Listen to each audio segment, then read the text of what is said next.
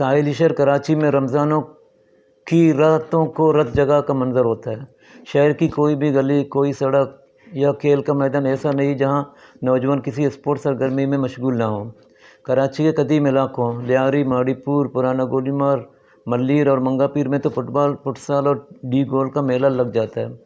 ایسے ہی ایک ڈی گول فٹ بال ایونٹ کا حال ہمیں سنا رہے ہیں فٹ بالستان انٹرنیشنل کے نوعمر رپورٹر مزمل بلوچ۔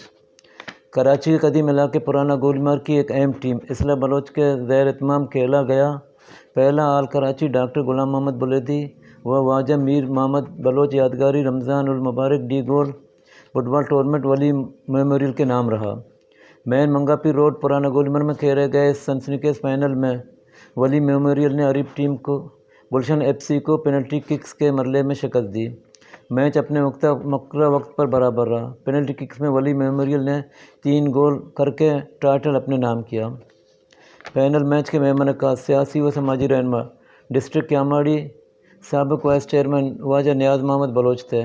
ان کے ہمراہ سابق international footballer, Sindh government press football team کے مینیجر استاد حیدر بلوچ، مکران اسپورٹس کے رشید بلوچ، محمد علی بلوچ، نیشنل ریفری داد رحمان، نبی بخش بلوچ، یاسین جدگال، امجد جدگال، اعظم بلوچ، نسیم حیدر، حسن بلیدی، فقیر بلیدی، امیر بلیدی اور دیگر موجود تھے۔